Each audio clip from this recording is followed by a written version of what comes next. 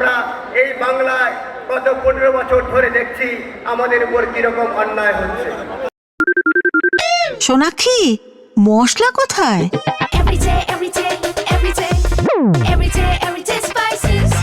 Everyday মশলা, দেশের স্বাদ। নমস্কার, আমি অনন্ত দেব অধিকারী, জলপাইগুড়ি সদর বিধানসভা কেন্দ্রের ভারতীয় জনতা পার্টির মনোনীত প্রার্থী।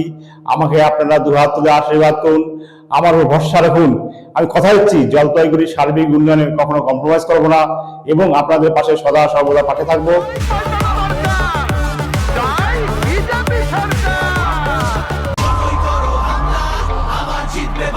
নমস্কার, আমি গৌতম দাস, 41 গঙ্গারামপুর বিধানসভার তৃণমূল কংগ্রেসের মনোনীত প্রার্থী।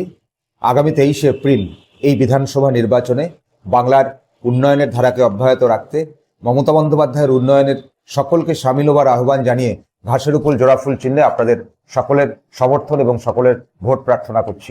আশা করি এই নির্বাচনে আপনারা গঙ্গারামপুর বিধানসভায় ঘাসের উপর জোড়াফুল চিহ্নে ভোট দিয়ে গঙ্গারামপুর বিধানসভাকে এগিয়ে নিয়ে যাওয়ার জন্য আপনাদের আশীর্বাদ, আপনাদের ভালোবাসা, আপনাদের সমর্থন তৃণমূল কংগ্রেসের সঙ্গে থাকবে। ভালো থাকবেন সবাই। যেটা আমরা বাংলাদেশের উদাহরণ দেখছি, যে বাংলাদেশে কি হচ্ছে। এটা কি এনেছো? কেন? হ্যাঁ হ্যাঁ, মোদিজিকে দেওয়ার জন্য। কোথা থেকে এসছো? রাজগঞ্জ, চাকরমারি। রাজগঞ্জ থেকে? এই এত দূর থেকে কি এভাবে হাতে করে নিয়ে আসলে? না, গাড়িতে করে আনছে, সামনে গাড়ি রাখছে, তারপর এখানে আসছে। আচ্ছা।